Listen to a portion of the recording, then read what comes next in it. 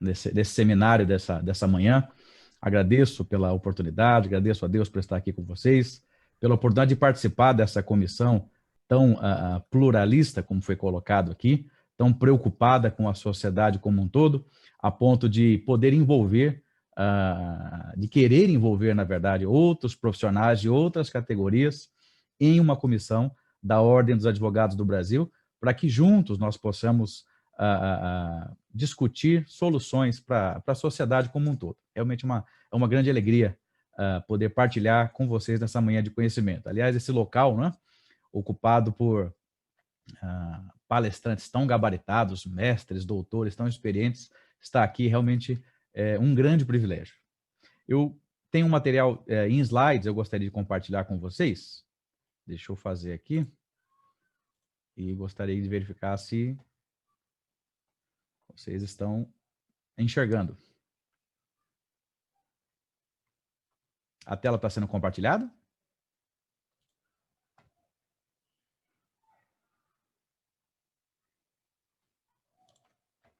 Poderia me dar um retorno no áudio?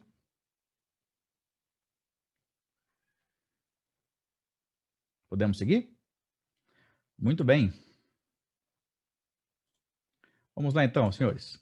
O objetivo dessa manhã é trabalhar o tema dos desafios, não é? Na integração de dados judiciários. Né? Acompanhei toda a exposição anteriormente feita pelo Dr. Manuel.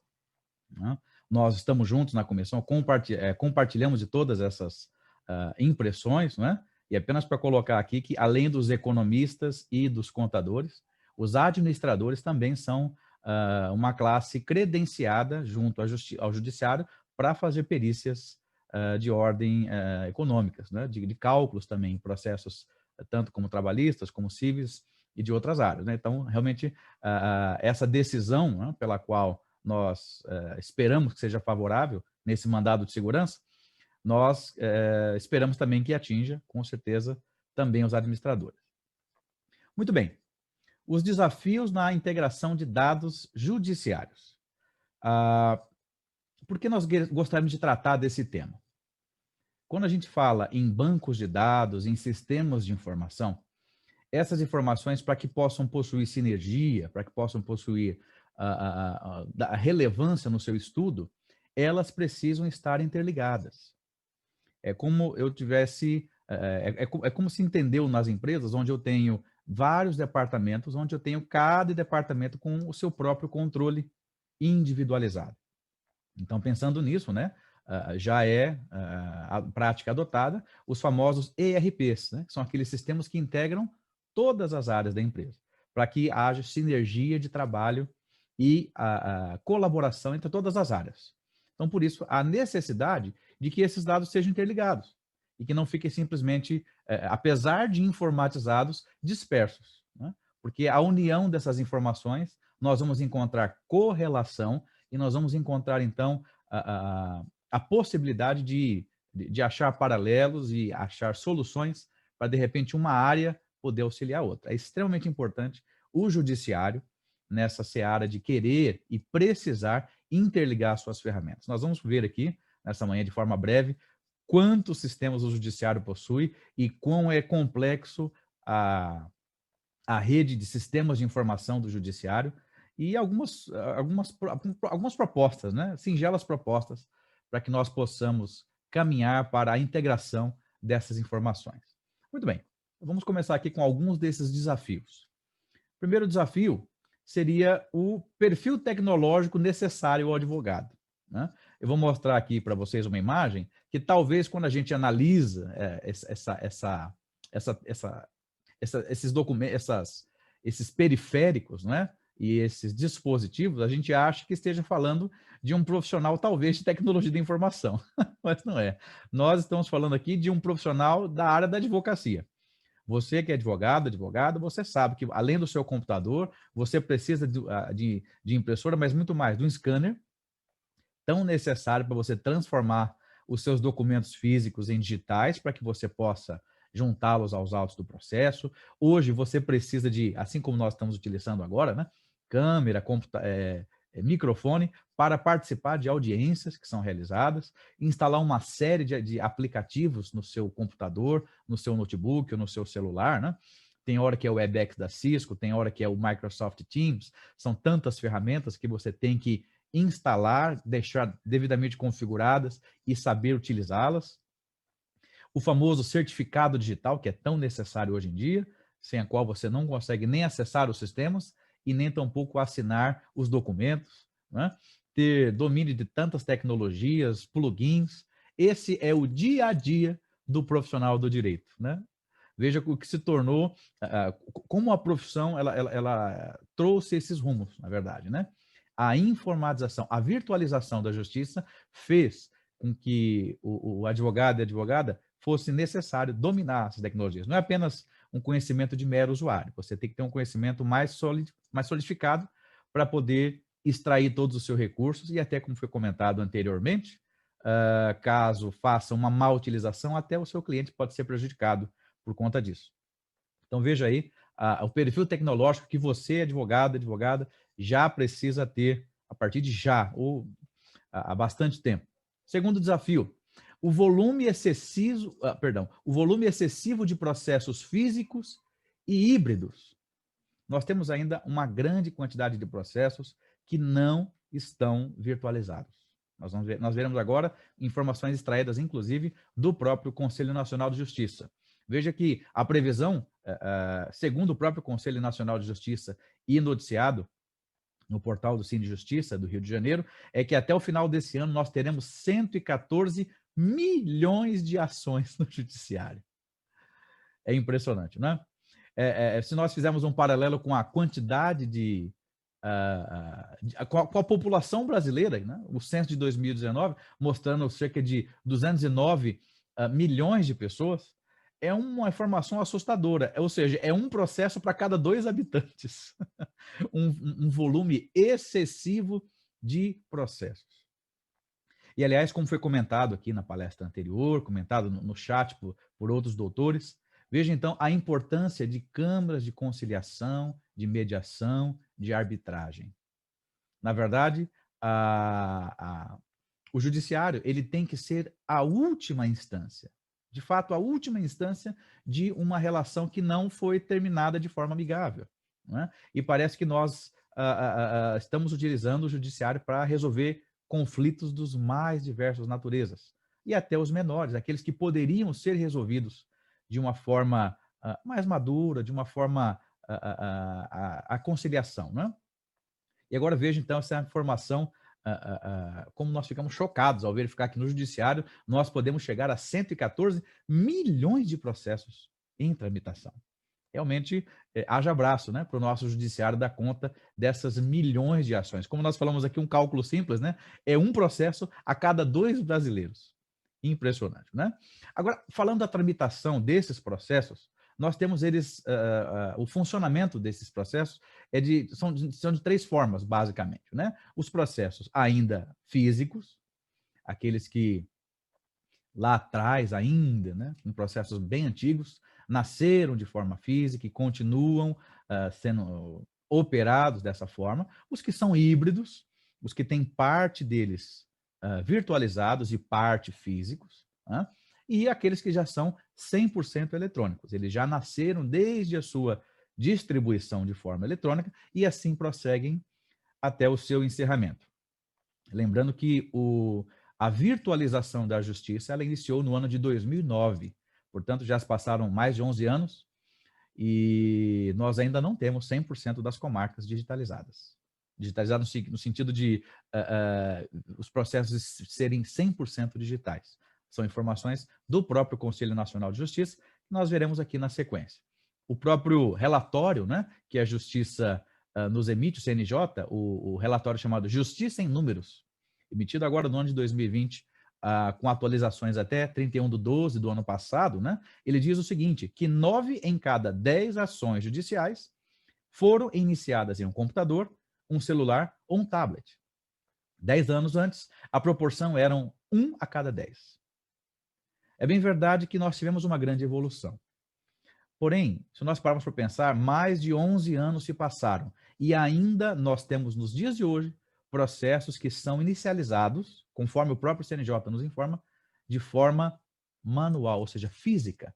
Nós ainda temos 1 a cada 10 processos que são distribuídos fisicamente. Isso precisa ser mudado, para que nós possamos ter 100% de virtualização entregue já e funcionando, né? O resultado é que, considerando todo o acervo atual de processos judiciais que tramitam na Justiça, apenas 27% são de papel. Quando diz 27% são de papel, é um número muito grande, porque quando nós pensamos em 114 milhões, nós estamos falando de pelo menos 30 milhões de processos que permanecem tramitando de forma manual na Justiça. Em 2009, a proporção de processos virtuais que ingressavam na Justiça era de apenas 11,2%. É claro que houveram avanços, sim, como esse próprio gráfico extraído do relatório Justiça em Números da CNJ nos mostra essa evolução, e temos ali em 2019, portanto, 90% dos processos novos sendo iniciados de forma eletrônica. Porém, ainda há uma camada de 10% de processos que são distribuídos de forma física e um acervo ainda de 27% que tramitam de forma física. Grande, não é? Aqui a própria informação do relatório do CNJ. Ou seja, nós ainda falamos de mais de 30 milhões de processos tramitando no país manualmente, físicos, né? Com os seus autos, as suas pastas, os seus volumes de documentos e a sua morosidade. Aliás, falando em morosidade, né? Eu gostaria de destacar, com certeza, você, advogado e advogada, acompanhou a mídia relatando no mês passado, né? Essa notícia que nos surpreende deveras, né? Dizendo que após 125 anos, o STF define que o Palácio da Guanabara é da União e não da família real. Veja que esse processo foi distribuído em 1895 pela princesa Isabel.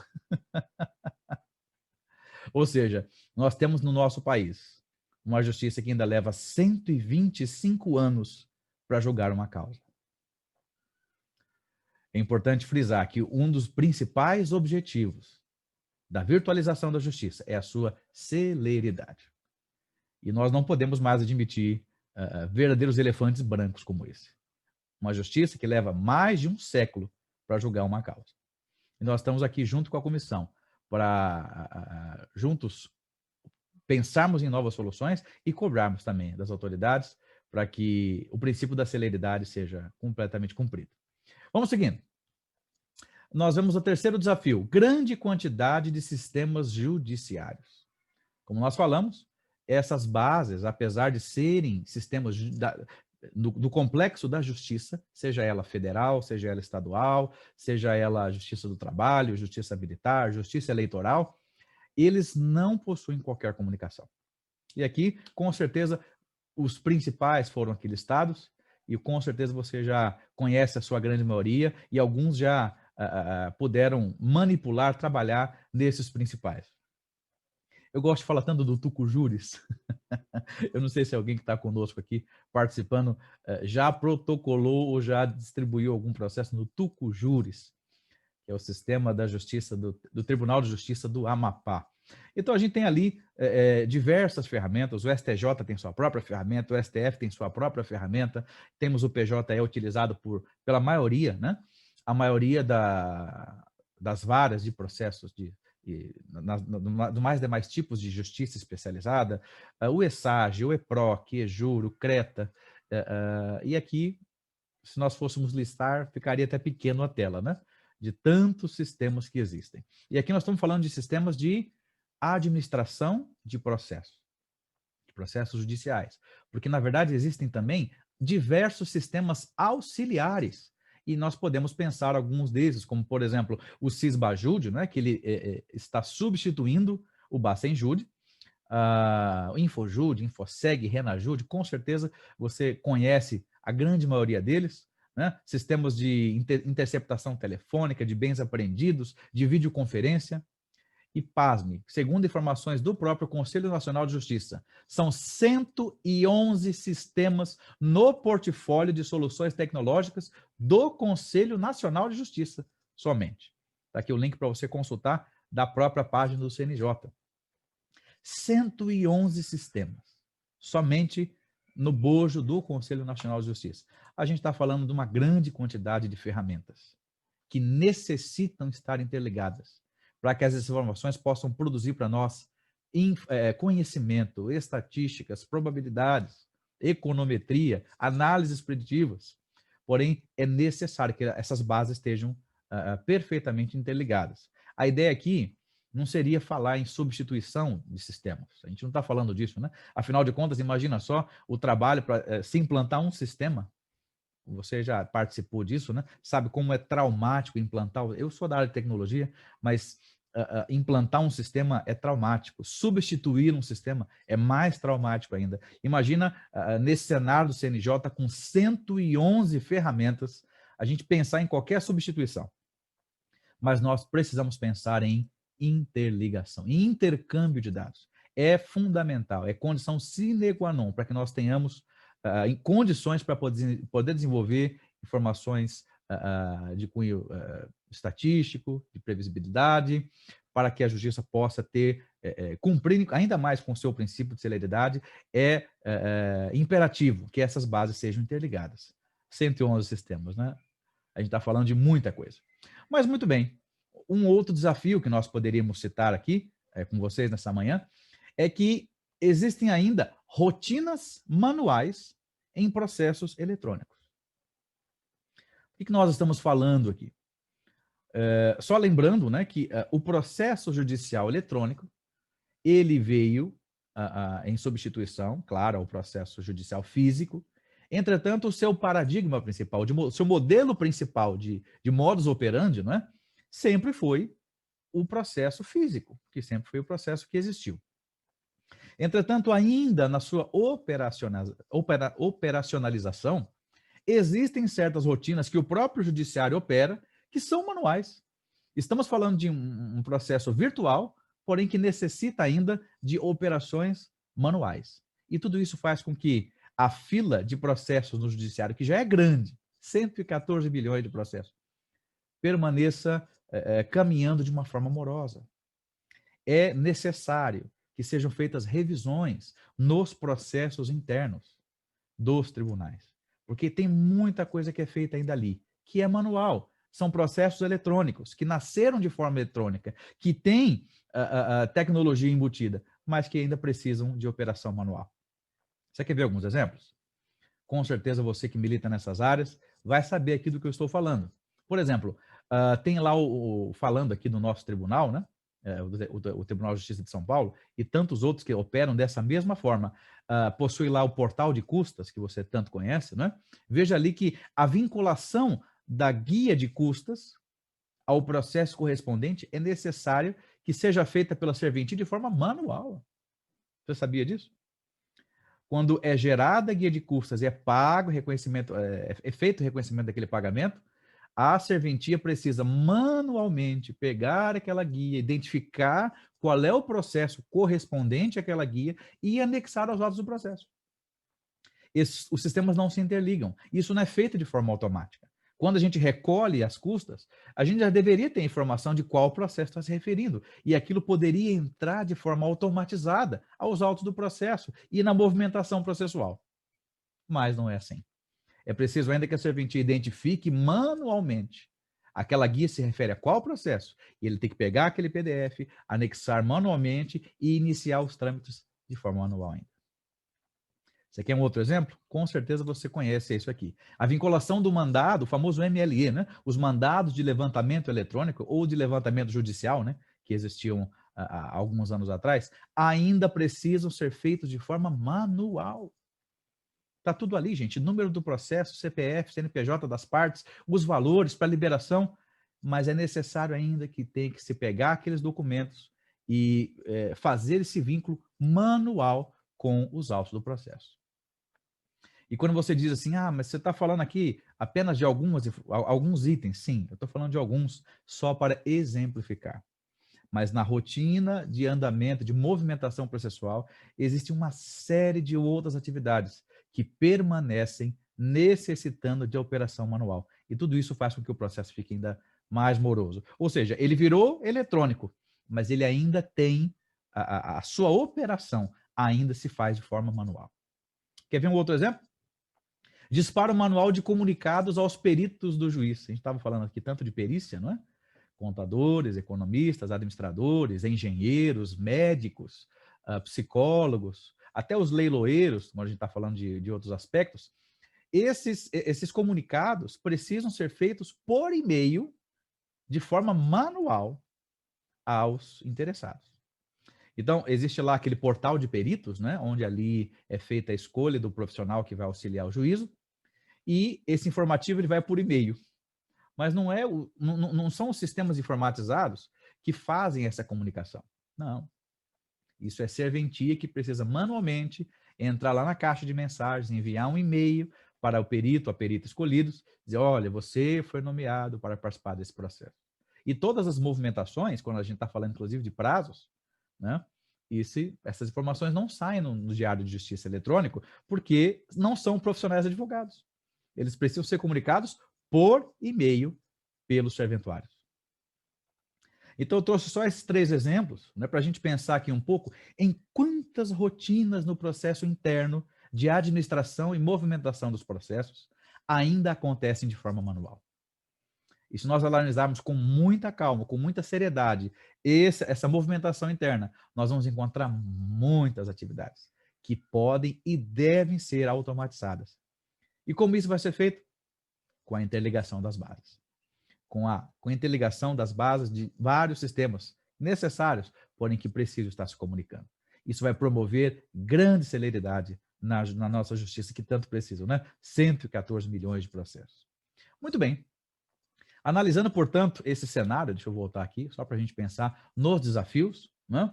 Um perfil tecnológico necessário, o advogado precisa conhecer essas tecnologias e você sabe que tudo isso evolui de forma muito rápida, né?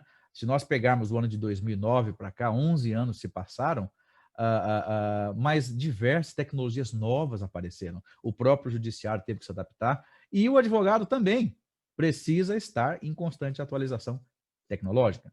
O volume excessivo de processos físicos e híbridos. Não obstante, nós verificamos esforços do CNJ desde 2009 na implantação do processo virtual, mas ainda existem 10% de processos novos que são distribuídos ainda de forma física. E falar ainda que 27% do volume todo, mais de 30 milhões de processos, ainda são físicos. A grande quantidade de sistemas judiciários, nós vimos que são centenas de ferramentas, centenas. E é necessário, portanto, imperativo que elas falem entre si. E tendo em vista, inclusive, a quantidade de rotinas manuais, processos eletrônicos, mas que possuem rotinas manuais.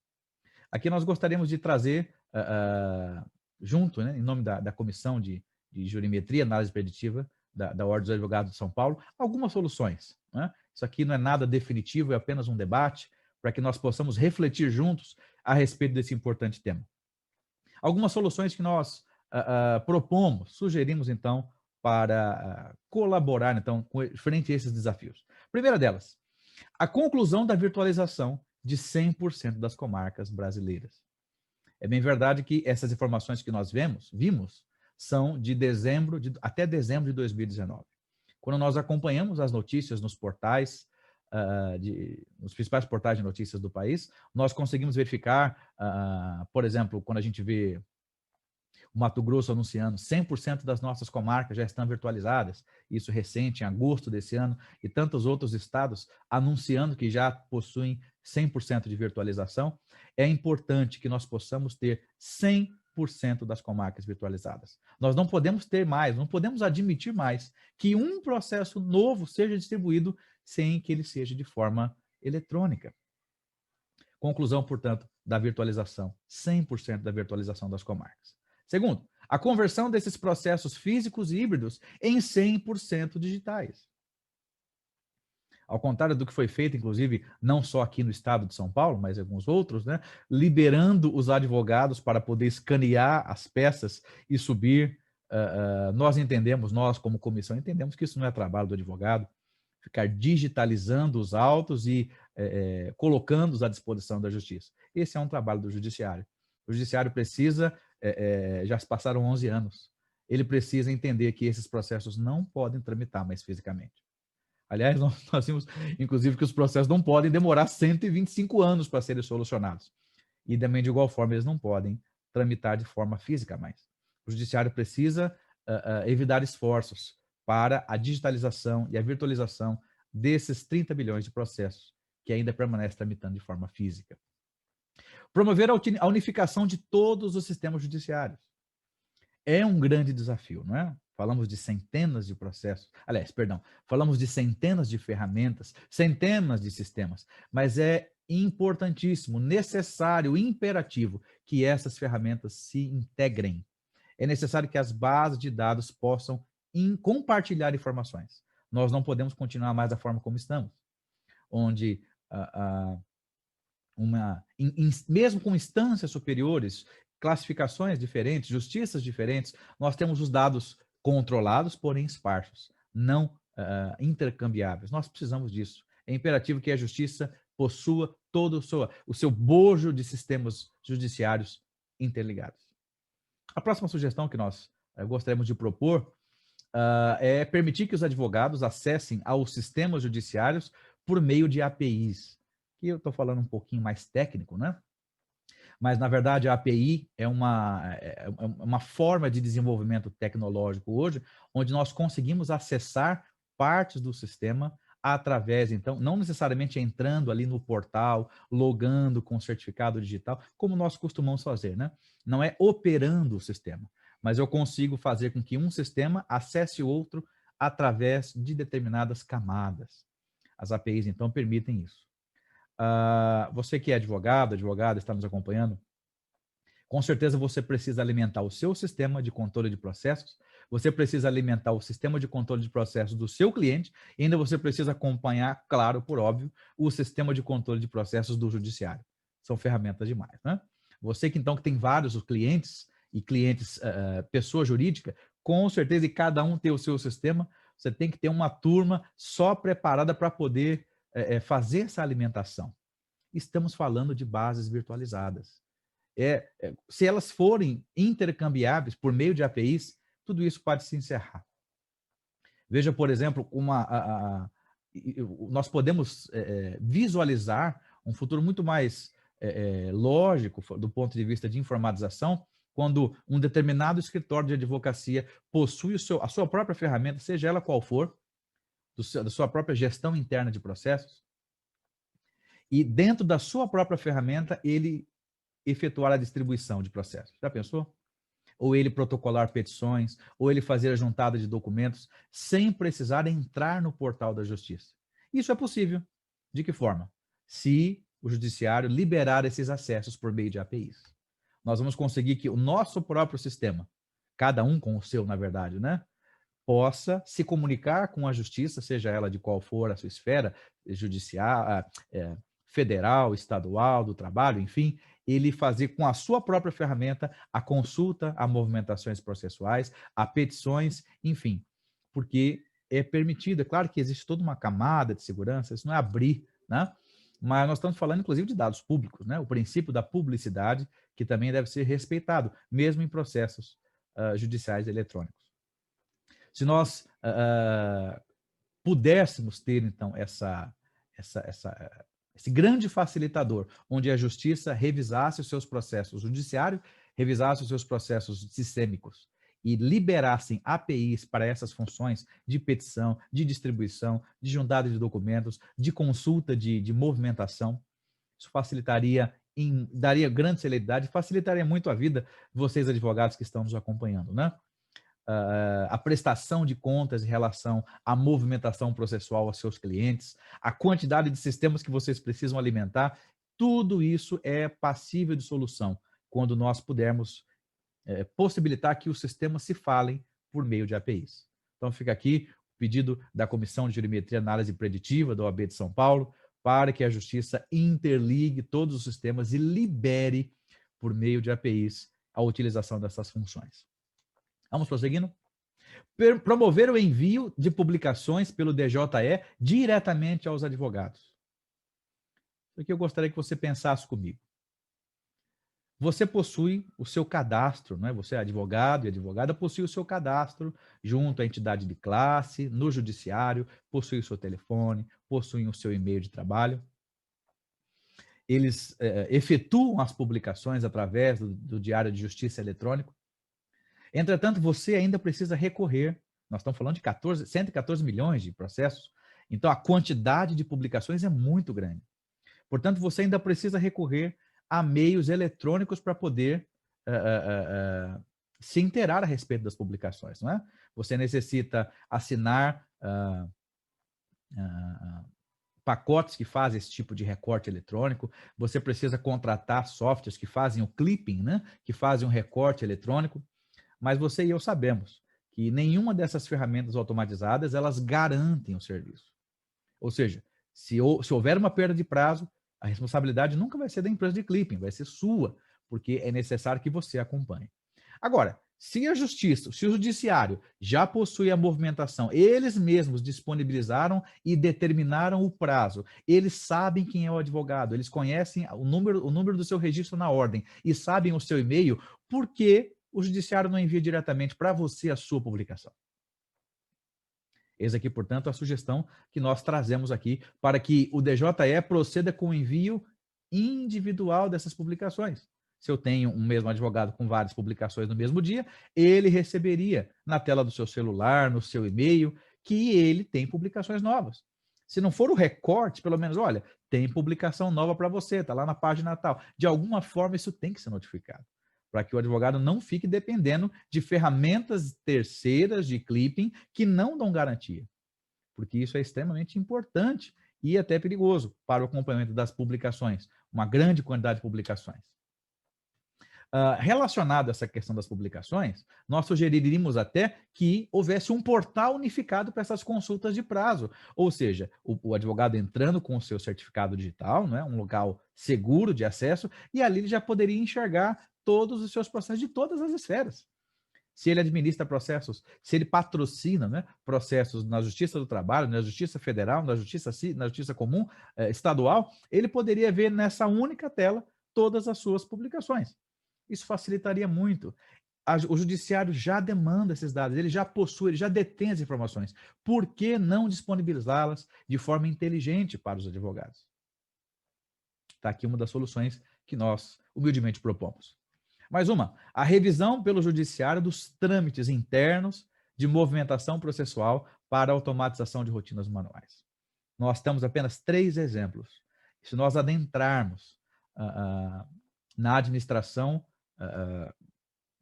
da movimentação do processo, nós vamos encontrar muitas atividades que o judiciário, que os serventuários ainda precisam fazer de forma manual, e coisas que poderiam ser e devem ser informatizadas, automatizadas, integradas, dando celeridade à tramitação dos processos. Nós não podemos mais admitir 114 milhões de processos na justiça, e nem muito menos um processo demorando mais de um século para ser resolvido. Parcerias com a OAB para promoção de linhas de crédito para aquisição de equipamento de informática. Nós já sabemos, por exemplo, que entidades como a CAASP promove esse tipo de linha de crédito, mas nós gostaríamos de ver isso de uma forma mais abrangente, nacional. Não é? Sabemos que o tempo de vida de um equipamento de informática é curto e é necessário que ele seja constantemente atualizado. Né? Nós sabemos como a qualidade de um link, a quantidade de memória de um computador, tudo isso influencia na sua velocidade. E isso influencia no seu trabalho, na qualidade do trabalho. Portanto, para que seja aberto a todos, né, a todos da advocacia, é necessário, portanto, que todos tenham acesso a essas tecnologias. A ter uma boa câmera, a ter um bom link, a ter um bom computador, um bom scanner. E por isso, então, essas linhas de crédito específicas para os profissionais do direito adquirir os seus equipamentos seria realmente muito bem-vindo para a classe. E, por último, há programas de capacitação de advogados para a operação desse equipamento de informática. Não é? Na verdade, os grandes escritórios, né, possuem verdadeiras linhas de produção de pessoas que ficam ali só nos scanners, possuem a sua equipe própria de tecnologia e conseguem lidar com todas essas questões, a sua sala de conferência, com seus equipamentos e câmeras de alta qualidade, microfones de alta captação, para poder participar das audiências e das demais reuniões. Porém, nós temos ainda, né, escritórios pequenos, advogados autônomos, que precisam manipular tudo isso por conta própria, né? Ele é a sua própria secretária, ele é o seu próprio vendedor, ele é, no sentido de poder divulgar o seu trabalho, né? Ele é o seu próprio administrador e ele precisa estar fazendo toda essa operação administrativa, escanear os documentos, subir tudo isso para os autos, administrar a sua carteira de processos, monitorar os seus prazos, as suas publicações.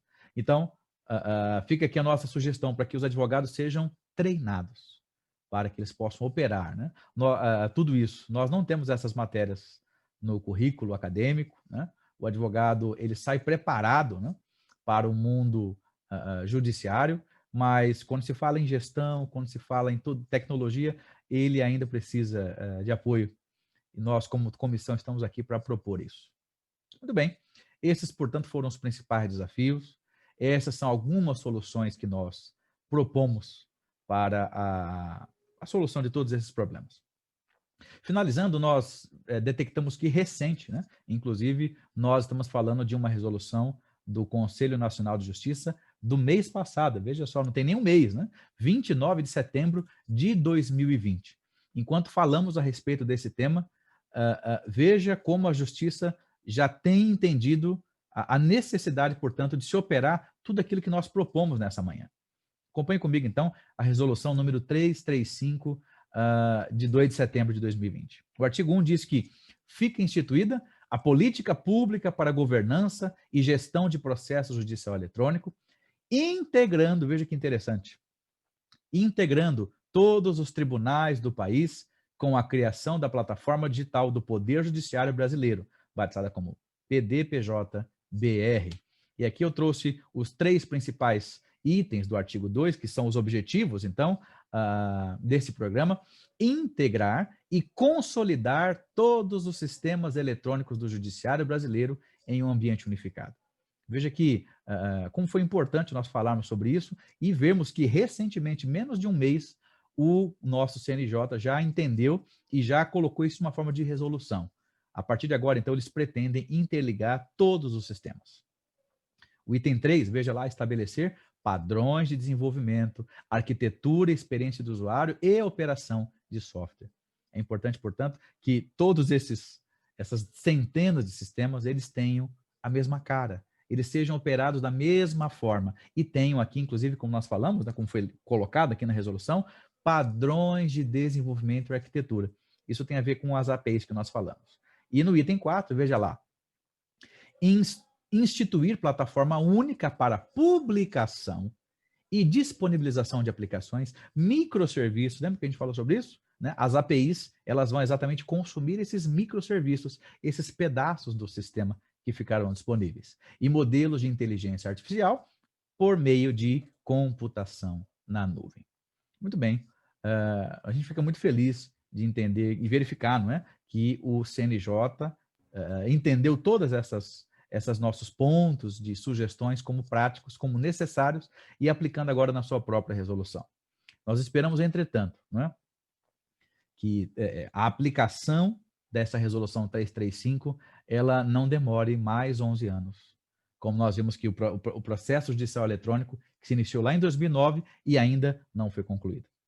Nós não podemos, na época que vivemos, ano 2020, né, a advocacia 4.0, como nós colocamos, não podemos mais admitir que se espere ainda mais uma década para que todas essas resoluções sejam colocadas em prática. Eu agradeço a oportunidade, estou à disposição para qualquer dúvida e deixo aqui meu e-mail, caso queiram entrar em contato diretamente comigo. Mais uma vez, muito obrigado a todos.